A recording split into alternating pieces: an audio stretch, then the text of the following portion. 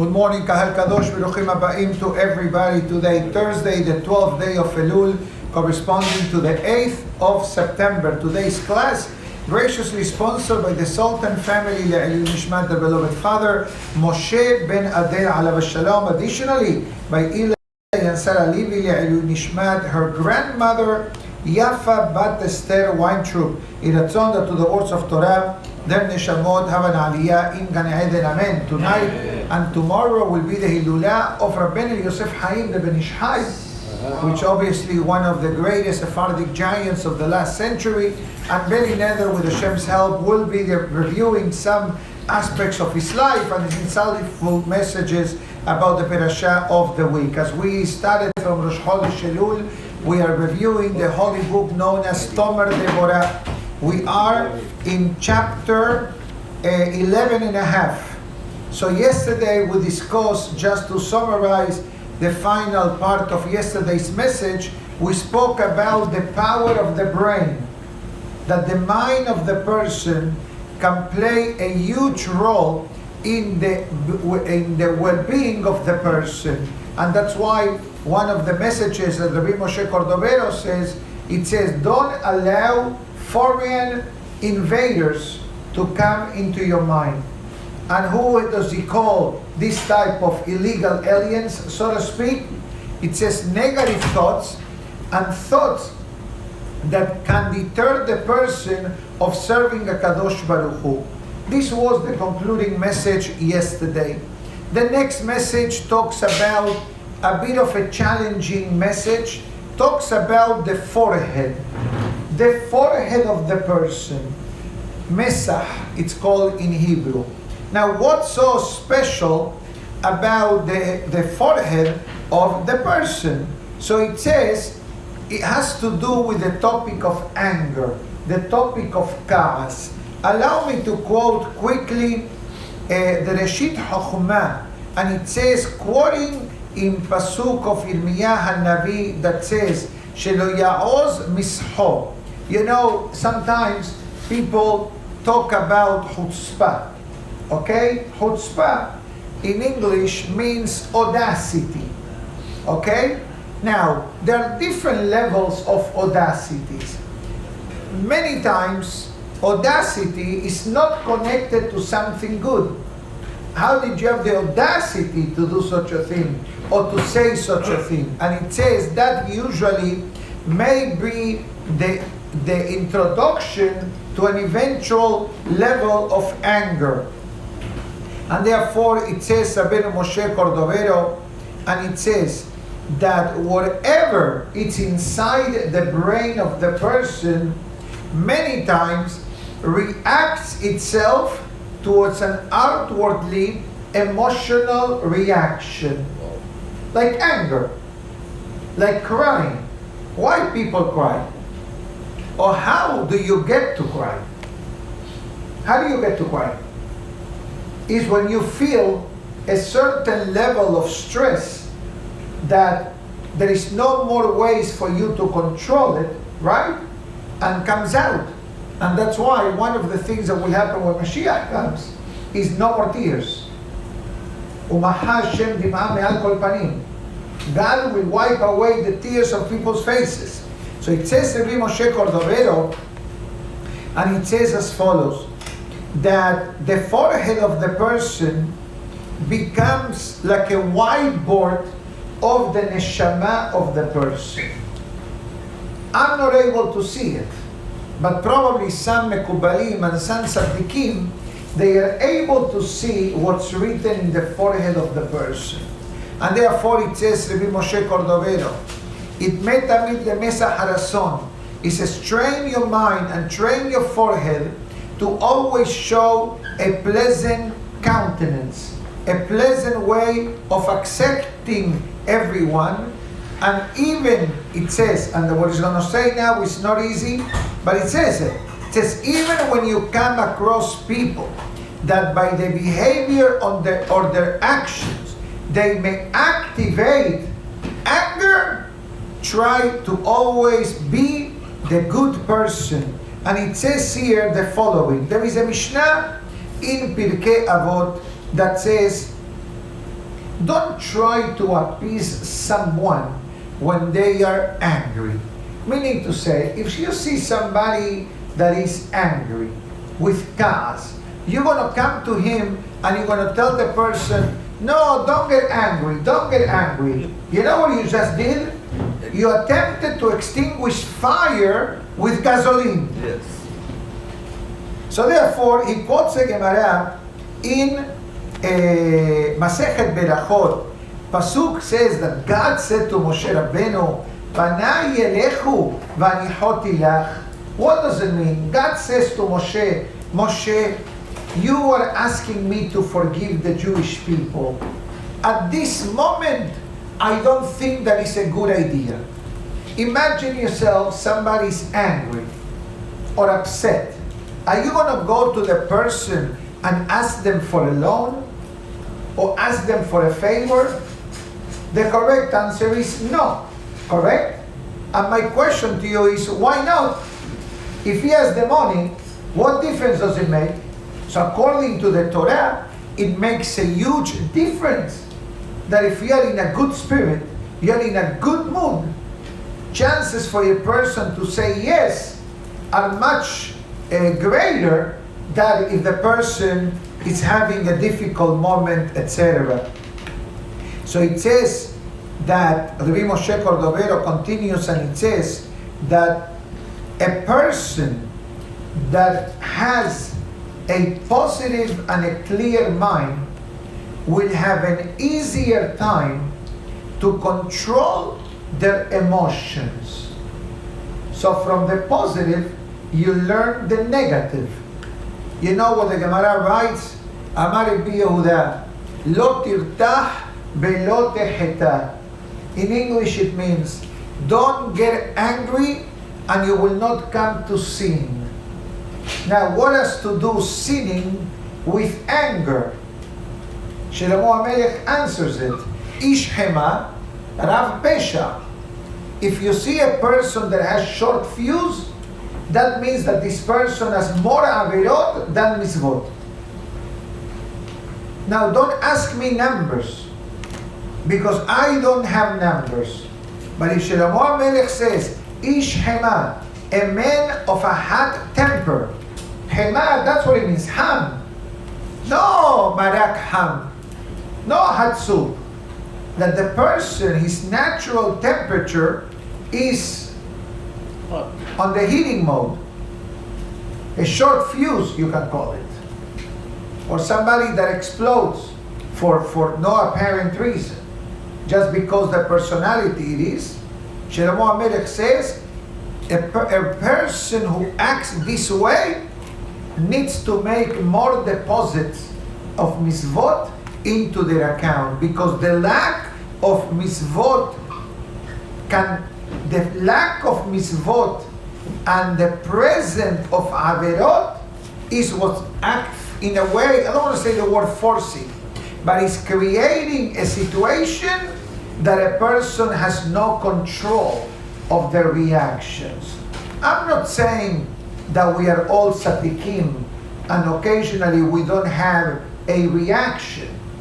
But according to what we are learning now, if we do what we're supposed to do, anger, it will only be a word in the dictionary and not in real life. And it says why? Because anger, unfortunately, activates judgment.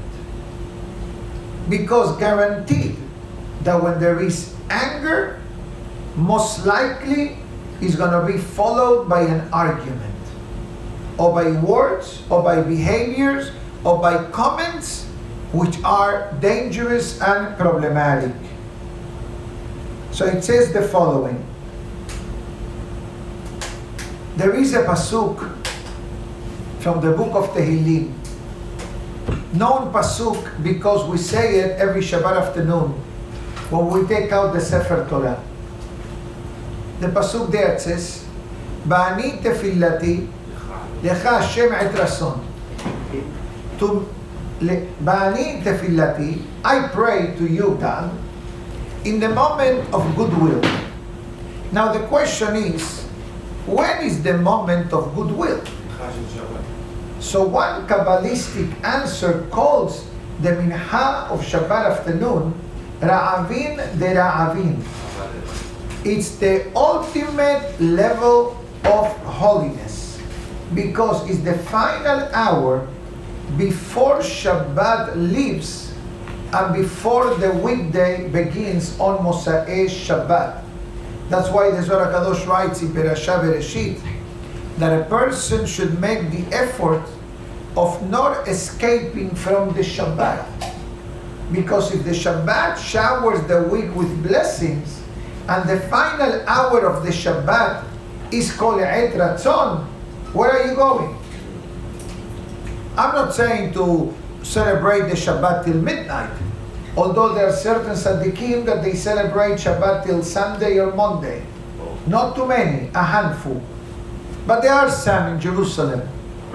That's how they live. But it's 1 in a million, literally. If you are a Rebbe of that level, you're allowed to. If you are from a regular Baal Bayit, no, because you have to work, you got to put on tefillin, you have Shalom Bayit issues. So they miss tefillin on Sunday and Monday? No, they have their own Kabbalah schedule. They pray Shaharit late in the afternoon, they pray Arvit early morning, they do Avdalah Tuesday night. There is one Admor of Amshinov, I believe, that's how he does. I saw once his grandson's bar mitzvah invitation. You know at what time it was? 3 o'clock in the morning. Come to my bed midrash, 3 o'clock. Because from a Kabbalistic perspective, that is when the change of guard in Shamayim takes place. And according to Pirkei Rabbi Eliezer, this is the moment that the Shekhinah comes down to the earth in order to see what are the needs of Am Yisrael and what are the needs of the world. Again, it's not for us. How many Mekubalim fasted throughout the week? Again, they are in the major leagues. They are in a different level. But the Shabbat afternoon protocol is applicable to everyone. So from here, the Rabbi Moshe Cordovero says, do you want to activate any hour of the week the same beracha that occurs on Shabbat afternoon? Don't react. When anger, it's knocking on your door. It's not easy. It's easier saying it now here, when we are in a beautiful, sunny Florida day, learning words of Torah, having breakfast, and calm. But it says to me, Moshe Cordovero, that the moment that a person is about to get angry, and the person invests an extra dosage of effort, that it's called Eid Ratzon. There is another concept. Maybe it's going to come in a few days, but I'm going to give it to you now in advance. It says that, let's say that there is an argument and the person decides to stay quiet. Maybe the other person doesn't like it because they tease you. Tell me, you have nothing to say? So the more we say, the more we prolong the argument. But what happens if a person says, you know what? I'm going to do what Rabbi Moshe Cordovero says. I'm going to stay quiet. You know what it means? You know what it says? You know what it says? It says that there is a heavenly light that at that moment is shining upon the person. She'en mal'ach uberiyah, that no creation or angel, they are yecholim lesha'er. They can understand what just happened.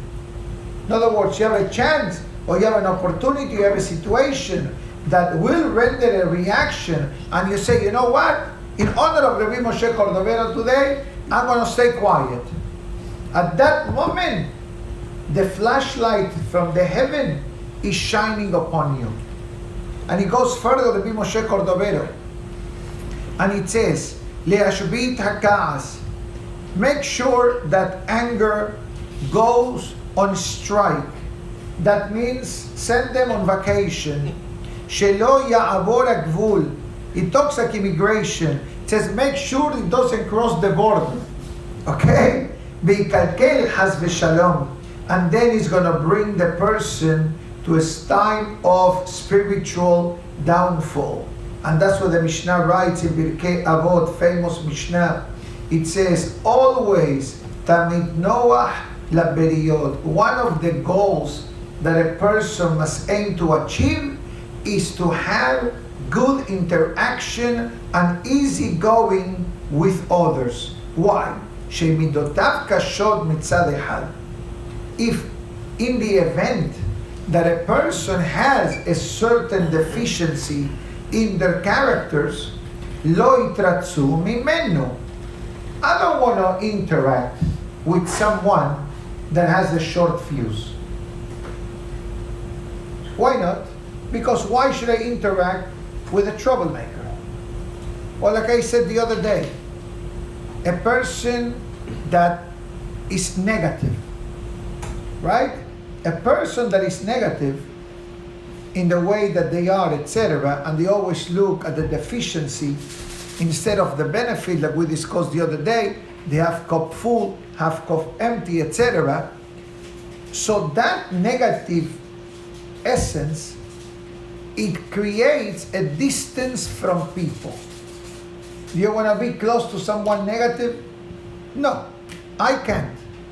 I personally cannot stand negativity. Somebody wants to work in the office of the synagogue and they have negativity or always complaining, it will not last. And I'm sorry to say this publicly. Our wonderful staff upstairs is unbelievable. And that's why they're here for many years. Because we are able to work and in a good way, in a pleasant way, and in a positive way. And it says, Rabbi Moshe Cordovero, it says, how do I know if God likes someone?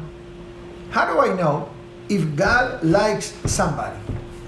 It says the Mishnah, a very simple answer. 3rd chapter. Kol sheruach haberiyot noha hemenu, ruach hamakom noha hemenu. Says Rabbi Moshe Cordovero, very simple. If people have good interaction and people say nice and positive things about the person, that's a sample that Hashem also likes the person. Now, let me take a quick look here at a footnote to see if there is anything else to add before we go to the next part of the human body. Just one moment. No, I think I covered the Mishnah, I covered the Gemara. Excellent. He was buried. He was buried. Next to Rabbeinu Hari. You ever go to the Tzfat cemetery? I was in Rabbeinu Hari, did you go? Arizal. And Yes, Arizal. Yeah, I was there. So next to him is buried. No way. Next time you go, let me know, I'll give you a map. כבוד הרב, אפשר לשאול שאלה? בדרך כלל זה מוקלט חי, אוקיי, סבבה. אבל תגיד את זה באנגלית, אני אתרגם אחר כך. I can speak, Rabbi Moshe Cordovero, he said, נשמע ביזיונו אדום וישתוק. He's the one that said it. Repeat that again. Rabbi Moshe Cordovero, he said, ישמע ביזיונו אדום וישתוק. He just said that if somebody put somebody down, he doesn't answer him, the flesh, he's חזר בתשובה the same moment.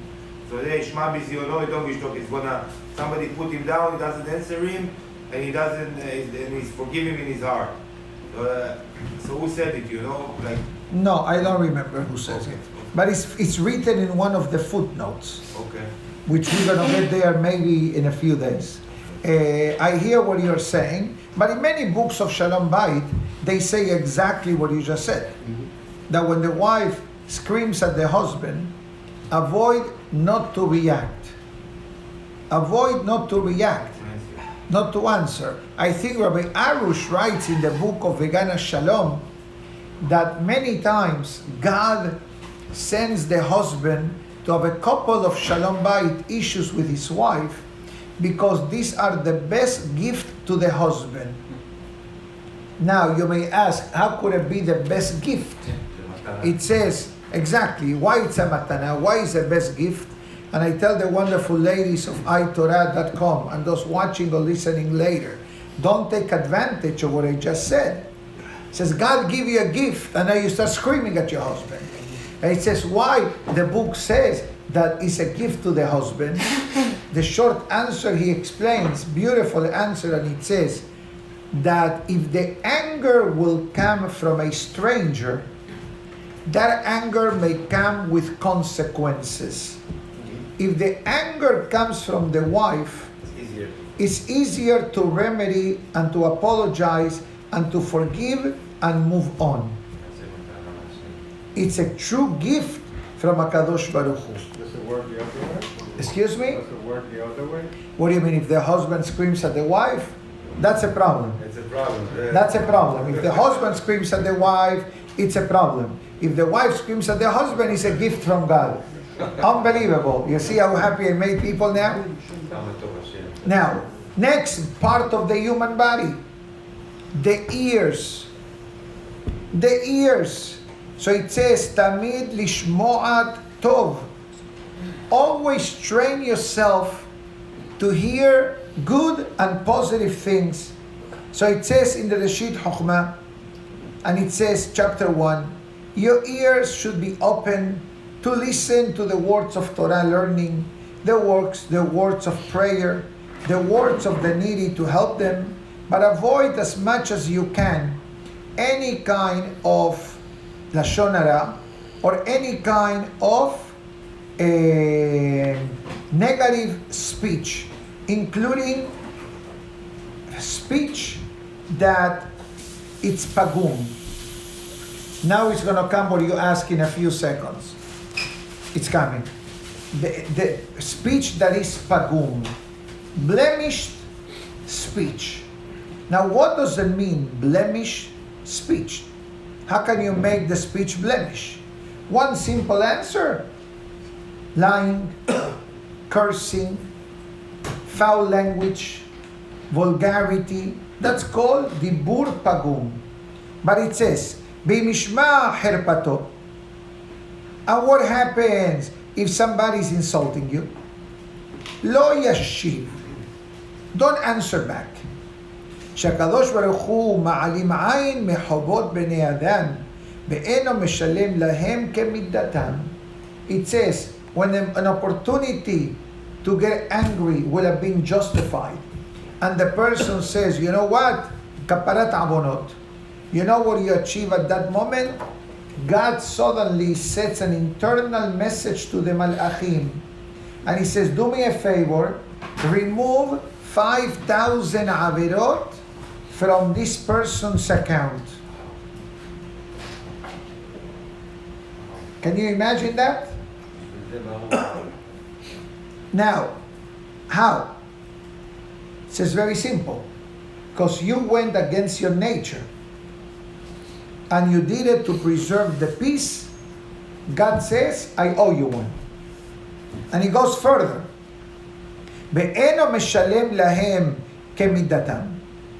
And you don't reciprocate to the lowly level that they conducted themselves.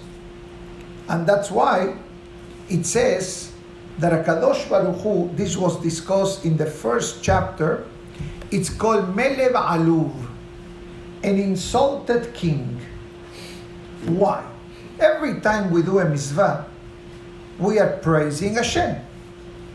Every moment we do an avon, we're smacking God's face. Correct? So it says, yet, with every avon that a person does, still showers the person with life and showers the person with good things. Like I said in the past, and I'm going to say it one more time. Let's say you have a nice apartment. You drive a beautiful car. Now, what happens?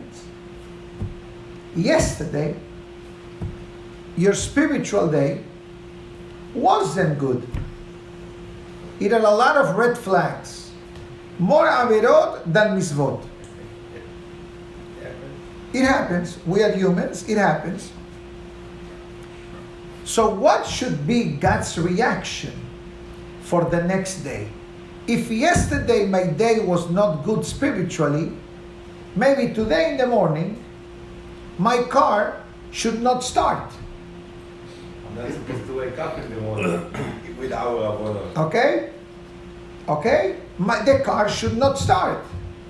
Or the car should be repoed. Or the next night you should sleep in a hut. Flat tire. Or God forbid, any of these things. But does any of these things happen? No. Why not? No, okay, flat tire, kaparat amonot. It says why? It says here that HaKadosh Baruch Hu sobel be'olev. God has patience and God is willing to take the heat. And that's what we need to reciprocate. And therefore it says, Shema meguneh, and it says here, davar meguneh, something that has to do with unpleasant way of talking, or you talk about a person in a derogatory manner, even though there is emet, that's lashon hara. Lo yikanes bahem kelal. Make sure that they don't penetrate your ears and don't affect your ears the way the Gemara writes. Why the ears have no bones? The ears doesn't have bones. Look how flexible it is. Look, flexible, cartilage and skin. Why? The Gemara writes that the easiest way to penetrate the human body is the ear. It absorbs by the bones of the person. Likanes bifnim. And that's why the fingers are separated. Shemishma davar meguneh, the Gemara says, that if a person is about to hear something not good, take your finger and cover your ear. Or bend it. This way, you protect your body internally. So what you should listen to? It says, Devarim tovim, good things that are beneficial to the person. And if any situation will create anger in you, don't let it come in. And needless to say, that the ear should be trained, lishmoa el hadevarim tovim. Listen to good things, which this brings to the next topic. Music.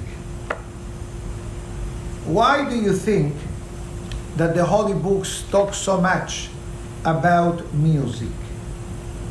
Music is the tune of the neshama. Music is not for the body. Music is for the neshama, like smell. Perfume is for the neshama. It's not for the body.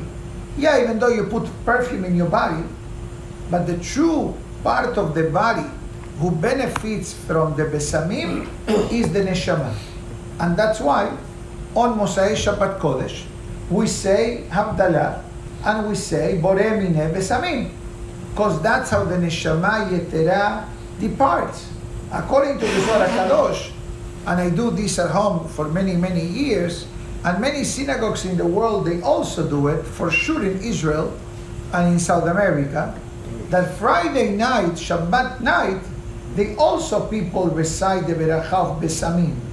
Sometimes they bring perfume, sometimes they bring hadassim or mint leaves to say the Beracha, because the smell, it's like a welcoming reception to the neshama on Friday night, and the Mosai Shabbat Besamim is that the neshama lives through the breathing. That's how the neshama lives, when you say Borei Minei Besamim. Additionally, music is affected by the singer and by the composer of the music. That's why sometimes in Israel they say this singer is not acceptable. this singer is not kasher. Why they may say, certain hachamim, they say that this singer or that singer may not be kasher. You know why? For two reasons. Number one, their behavior. How they conduct themselves as individuals. Okay? Number two, how they perform. Or where they perform. If they perform in a mixed environment and their singing is causing mixed dancing, that's also a problem. And that's why we always listen, and we only listen to kosher Jewish music. We don't listen to Goyish music. Why not? Because of what we are learning now. If music, it affects the soul, and the singer of the song, it has an influence on the singing. So if the person who sings lives a immoral way of life, or has addictions, or lives in ways which are unacceptable, so what do you think it happens to the music that they write or they sing? All that music, it channels through tum'ah, through the power of impurity. And the music of the kosher music, which I don't even know what is kosher music today, but we're talking about based on Pesukim, with messages of Emunah, etc., it needs to come from good singers. Because it has an influence on the person. And there's many things written about it. Why we are against rap and all these types of musics out there. Because the source of all of the above is Tum'ah. And that's part of the message of Rabbi Moshe Cordovero. In his time, the music industry probably didn't exist. Sure, people sang some songs, people had some type of music, and going back 500-600 years ago. And unless you were next to a musician, you didn't hear music. But today, you don't need a musician. You just download music. You go to Apple Store or whatever phone you have, and you download the music. Just make sure that the downloads of music are from a kosher source. When a kosher source means a proper Jewish singer. No Goyish music, no hip hop, no rap, no salsa, no merengue, no all these things that, you know, is maaseh goyim. Some kind of kosher rap. Huh? I know the kosher rap. Rap is not kosher to begin with. Bottom line. I know there is a very popular singer about rap, but the reality is that thank God he happens to be a happy ending story. Okay? But the essence of rap is completely far away from what true Judaism is supposed to be. Because, yeah, maybe the singer sings with good intentions, but to many this could be like a way of life. And listen to one brings to the other. And that's where the problem starts. And based on what we are listening now, in the name of Rabbi Moshe Cordovero, it seems that we need to be super, super careful. And that's why you talk about movies. Because movies, they curse. Correct? They don't have clean language movies.